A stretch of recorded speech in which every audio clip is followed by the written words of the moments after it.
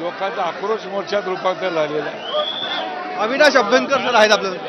आज मोर्चा निघतो आहे, मुंबईतील नेते पदाधिकारी या मोर्चात सहभागी झालेले आहेत. नाही, नक्की हा जन आक्रोश संयुक्त मोर्चा आहे आणि तुम्हाला इकडे दिसत असेल की इकडे तर हजारोंच्या संख्येने लोक आलेली आहेत आणि ती नुसती इकडे शोभायात्रा नाही आहे, ही दत्तक पुत्र केलेल्या विधानासारखा गाजर नाहीये. तर हा लोकांचा राग आहे जो आता रस्त्यावरती आलेला आहे. म्हणजे ह्याच्यात फक्त कुठले पक्ष नसून सामान्य जनता सुद्धा आता सामील झालेली आहे.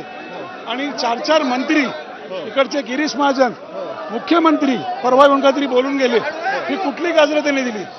नाशिककरांना न्याय कधी मिळणार आहे?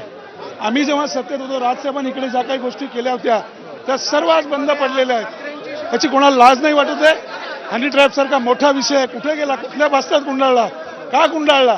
आज अनेक प्रश्न आहेत, जवळपास 24-25 मुद्दे आहेत आज जवळपास. परंतु खरोखर इतकं निर्लज्ज सरकार आजपर्यंत पाहिलेलं नाहीये की जे नाशिककरांना गृहीत धरत आहे. आज नाक्यावरती आम्हाला असं कळलं की इथे अंमली पदार्थ मिळतात. कळलं का हे काय चाललंय? नाशिक सारख्या संतांच्या भूमीचं, नाशिक सारख्या जिकडे आज आपण म्हणतो ही संतांची भूमी आहे त्या ठिकाणी अशा प्रकारच्या गोष्टी चालू आहेत आणि हे आम्ही सहन करायचं. आंदोलन ही आता सुरुवात आहे.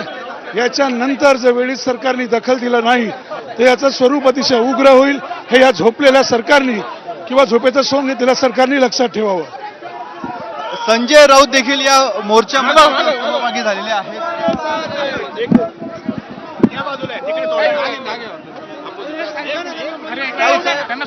मोर्चाला सुरुवात झालेली आहे.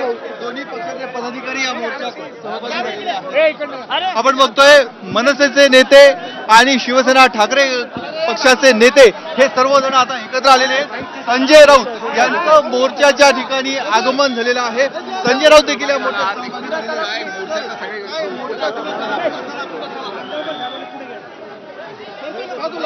अरे तुम्ही थोडे जाणार रे, गाड्या पुढे घ्या.